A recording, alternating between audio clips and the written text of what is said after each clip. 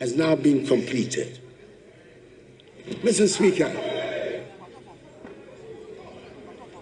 the noise will not shut out the statistics. And I intend to put the statistics on the record of Hansard, no matter the amount of noise.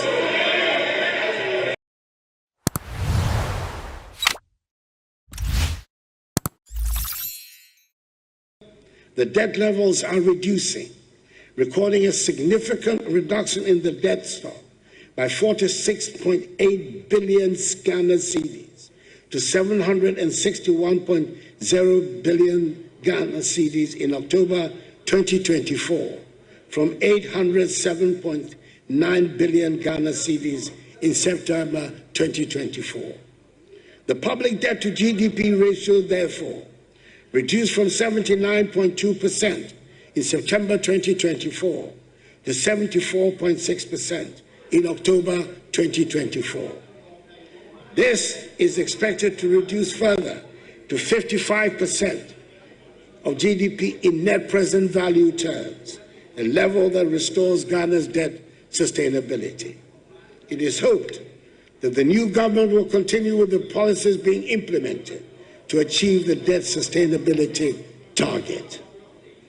I'm happy to inform the House that today, 3rd January 2025, my government will honor coupon payments to our Eurobond holders amounting to $346 million United States dollars. We cannot afford to default on our debt repayments.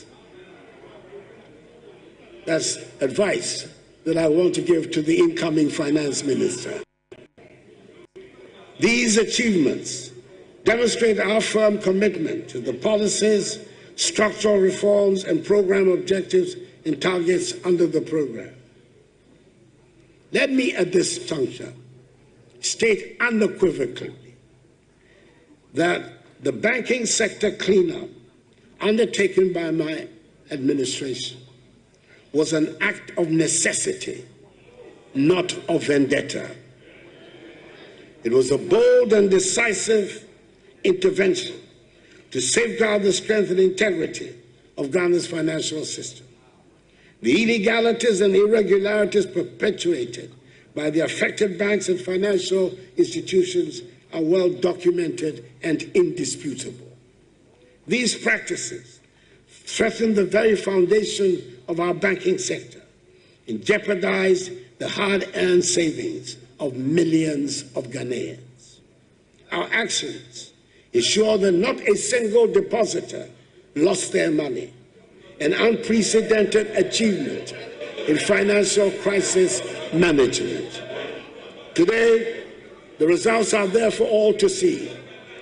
A more robust, stable, and resilient banking sector capable of driving economic growth and supporting the aspirations of our people.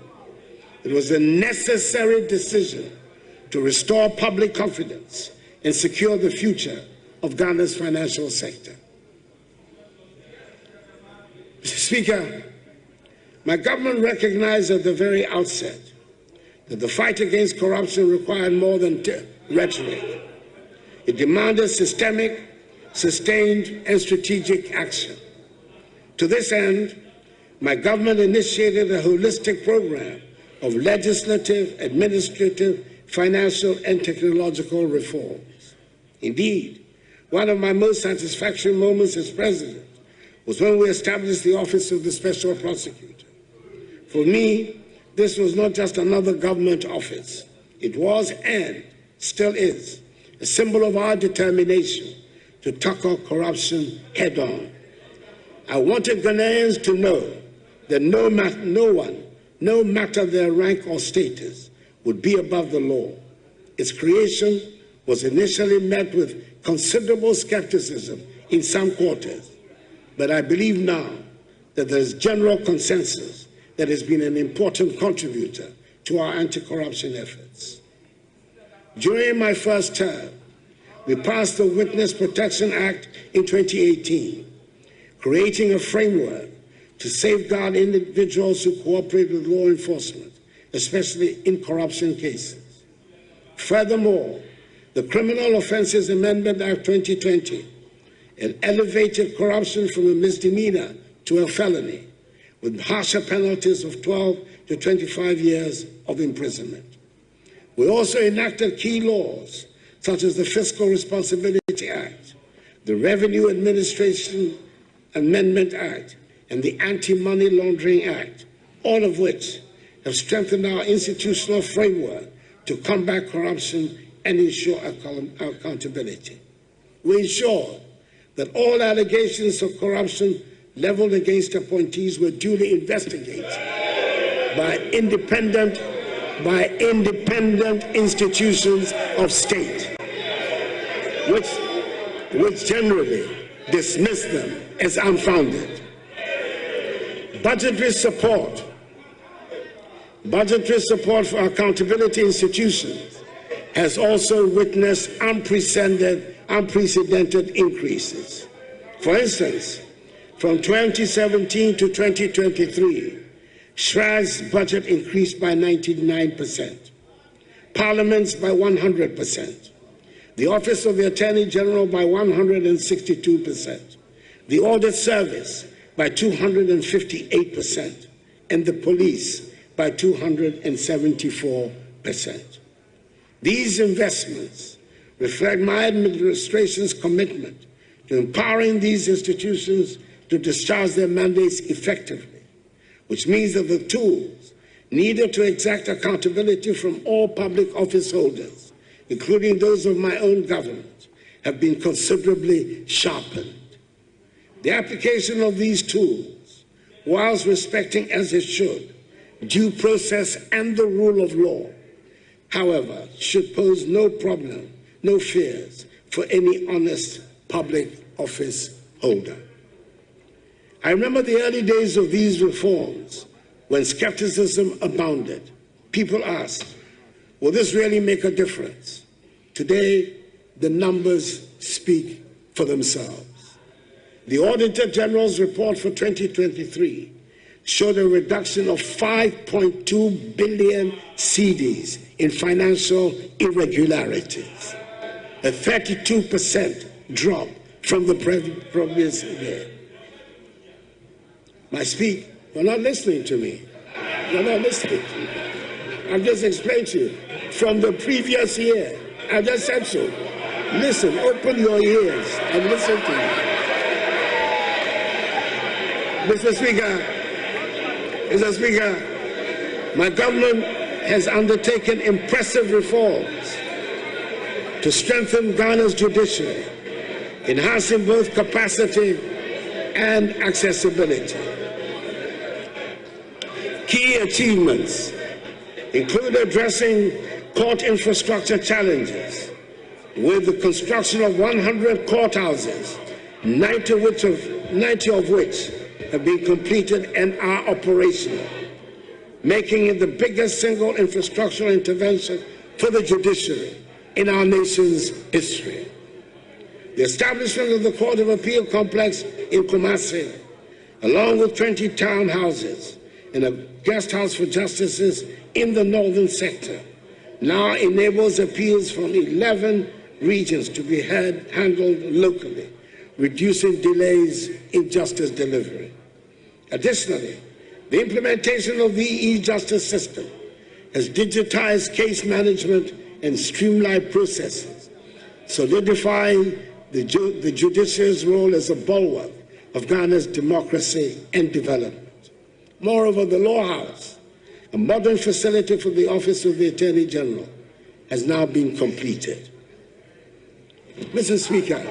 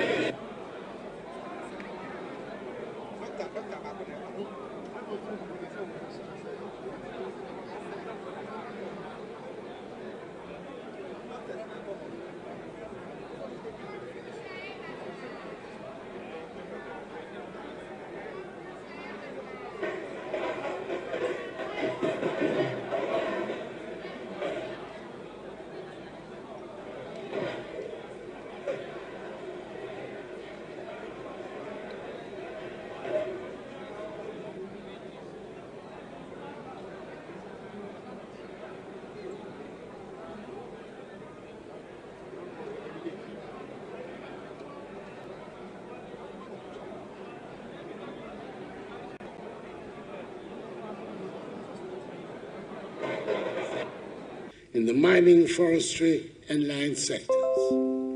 As a result of these policies, we overtook South Africa as the leading producer of gold on the continent and have consistently increased gold production to reach an unprecedented 4 million ounces last year. Not only have we revamped dormant mines like the Obuasi and Bibiani mines, we have also worked to deliver the Cardinal Namdi mine, the first large-scale mine in northern Ghana, and the first greenfield gold mines in our country in more than a decade, with the ongoing construction of new mines in Ahafo by Newmont and Upper West by Azuma Resources. To add value to these volumes of minerals, we have constructed, through a public-private partnership, a 400-kilogram capacity gold refinery here in our country. We have also concluded discussions with the parent company of Ghana Manganese Company Limited for the construction of a $450 million United States dollars manganese refinery at Nsuta. Moreover, the establishment of the Ghana Integrated Aluminum Development Corporation and the Ghana Integrated Iron and Steel Development Corporation has laid the groundwork for the industrialization of many of our natural resources. These entities are expected to generate significant revenue, create jobs, and enhance the value addition of our natural wealth. Each of these initiatives was guided by the vision to harness Ghana's wealth for the benefit of her people, ensuring a legacy of sustainable development for future generations. We continue to work to increase the forest estate of our country. Under the Ghana Forest Plantation Strategy, some 121,000 hectares of degraded forests were cultivated between 2017 and 2023. And under the Green Ghana Project, over 52 million trees have been planted in just 4 years of its implementation. In 2023, Ghana became the second country in Africa and the third in the world to receive results-based payments from the World Bank Carbon Fund for reducing emissions. Under the Ghana Cocoa Red Plus program, we have also completed all the necessary steps under the voluntary partnership agreement with the European Union. And effective June this year, Ghana will become the first African country and the second globally to issue forest law enforcement, government, and trade licenses. Mr. Speaker, if arguments still rage over what there is to show for the fight against galamsey and the effects of irresponsible mining, there can be no such arguments about the introduction of the free SHS and free TVET programs. Another policy that did not have universal approval when I sought to introduce it on coming into office. However, I believe this is one of the rare occasions on which we can use the word transformational without any danger of abusing the word. We have transformed education, and there can never be a reversal, of the fact that some 5.7 million young people have gained access to secondary education who would otherwise not have had the opportunity but for free SHS and free TVET. Indeed, my administration has also prioritized technical and vocational education and training, TVET, establishing 34 new TVET institutions and upgrading 62 existing ones to equip our youth with 21st century skills. Mr. Speaker, I'm proud that we were brave enough to have started the free SHS policy at the beginning of my first term and resisted the calls for a gradual introduction.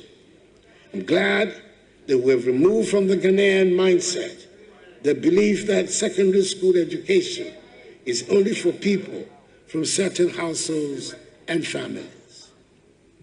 From 2020, when the first cohort of free senior high school candidates sat for the vaccine, Ghana has consistently recorded over 50% of candidates scoring A1 to C6 in all 4 core subjects. This marks a stark improvement compared to the years prior, particularly the period when pass rates in core subjects were largely below 50%. This year's results, the 2024 results, have maintained the laudable trend from 2020. Indeed, only 51.6% of candidates achieved A1 to C6 in English in 2016, compared to a much higher 69.52% in 2024.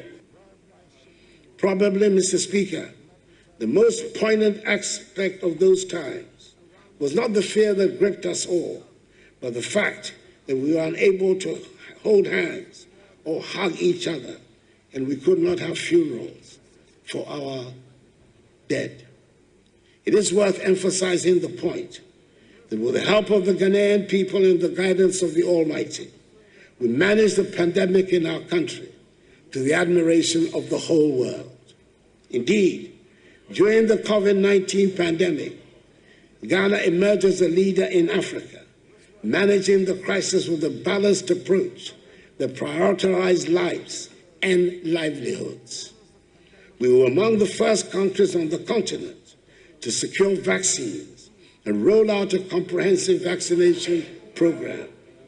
The establishment of our own vaccine manufacturing facility under the supervision of the National Vaccine Institute, a body created by Act of Parliament in collaboration with international partners, is a testament to our resolve to build resilience in our healthcare system.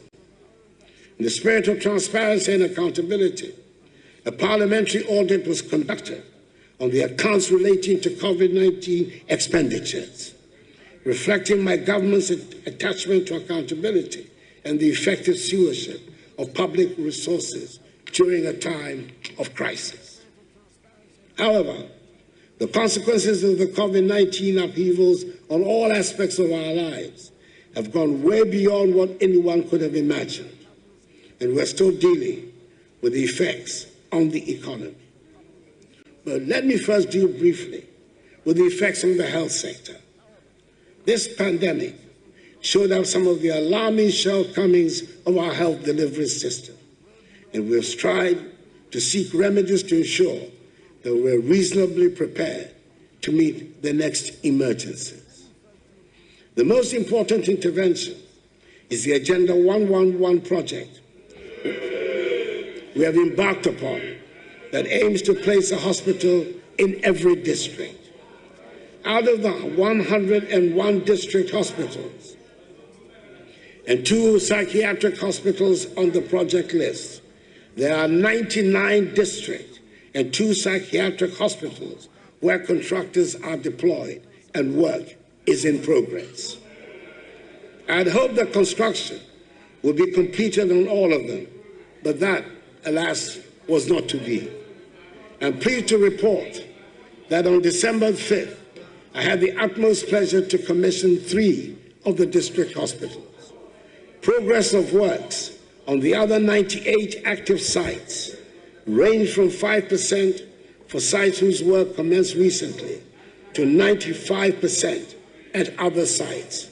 I'm hoping that the incoming Mahama administration will ensure that the project is completed to put our health infrastructure on a sound footing.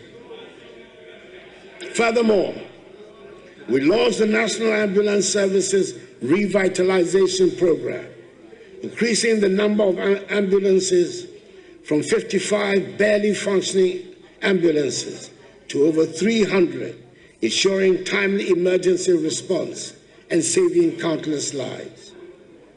The strides in healthcare reflect our collective commitment to build a system that prioritizes the dignity health, and well-being of every Ghanaian. Furthermore, we've revived the National Health Insurance Scheme, which at one point before I came into office appeared to be reverting to the days of cash and carry. The number of subscribers has risen from 10.6 million in 2016 to 17.9 million at the end of 2023. With the renewal of subscriptions being facilitated by a tap on the mobile phone and the scope of the scheme being broadened to include treatment for sickle cell disease, kidney dialysis, and childhood cancers. Mr. Speaker, our economy took a bigger hit from the COVID-19 pandemic and the ensuing consequences than had been anticipated. And in 2021 and 2022, we were in unaccustomed trouble.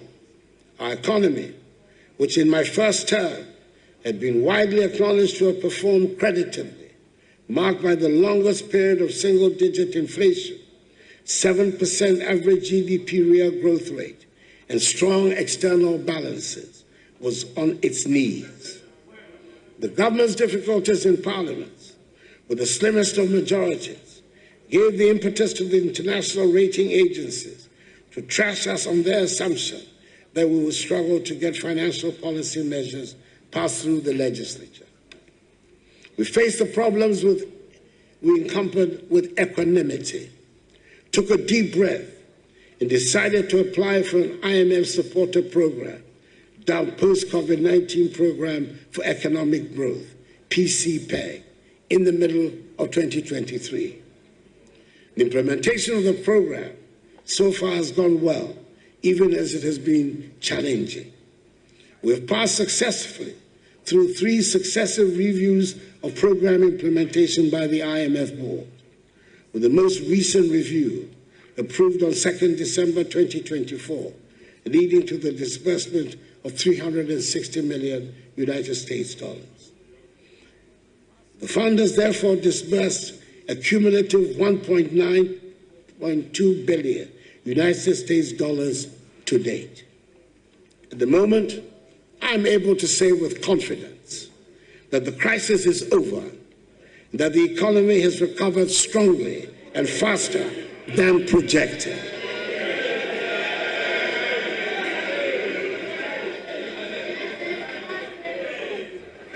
In order for me to be able to make this assertion, I must make reference to the debt restructuring exercise. It affected many bondholders and was one of the most challenging decisions my administration had to undertake. It was not a choice made lightly, as we were acutely aware of the personal and financial hardships it would impose on individuals, families, and institutions across the country. Many citizens had invested their hard-earned savings, and we fully understood the pain and sacrifices this exercise demanded. However, it became evident that without such bold and decisive action, our economy would have faced an even greater crisis with far-reaching consequences for every Ghanaian.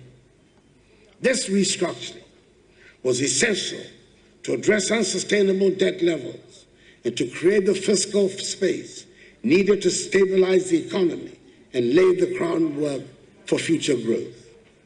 It was critical in ensuring that Ghana could meet her financial obligations, regain the confidence of international and domestic investors, and restore our economic credibility.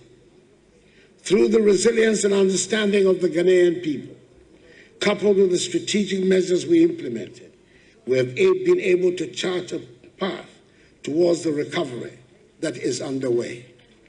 Today, we're witnessing the positive outcomes of the painful but yet necessary exercise. The economy is rebounding strongly. Our fiscal position is more stable, and our debt sustainability has significantly improved.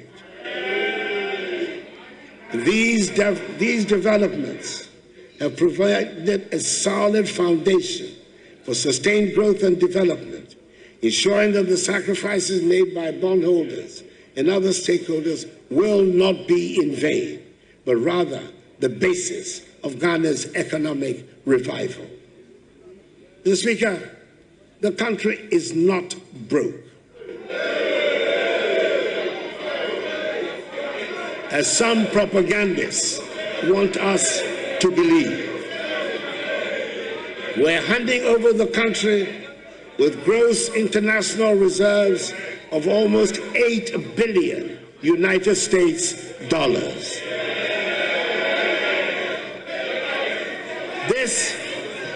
This is more than the $6.2 billion United States dollars of gross international reserves my administration inherited in 2017. The noise will not shut out the statistics. And I intend to put the statistics on the record of Hansard, no matter the amount of noise.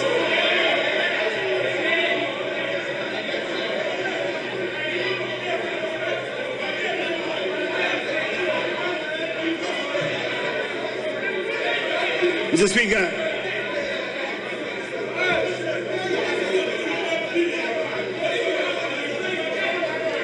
Speaker, economic growth. Honorable members, the level of interruption is high. Please, honorable members,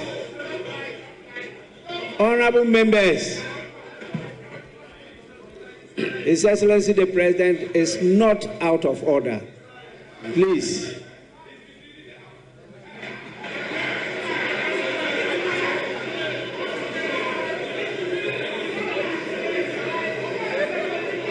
Honorable members, your statistics might be different from his, but that doesn't mean he's misleading the House. He is in order. Please, Your Excellency, continue. The statistics cannot be different. There's only one set of statistics at the room. It cannot be different. There's only one set of statistics. Truth is indivisible. Truth is indivisible. It's one and one only. Your Excellency, thank you very much. As an accomplished member of Parliament, you are out of order. Mr. Speaker, economic growth has also returned to the pre-COVID trajectory with an impressive growth rate, rising from 4.8% in the first quarter of 2024, 7% in the second quarter, and 7.2% in the third quarter. It is projected that this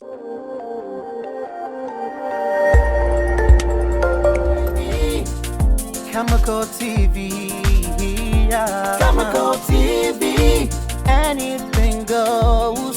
Khemical TV, for quality entertainment. Khemical TV, at the room.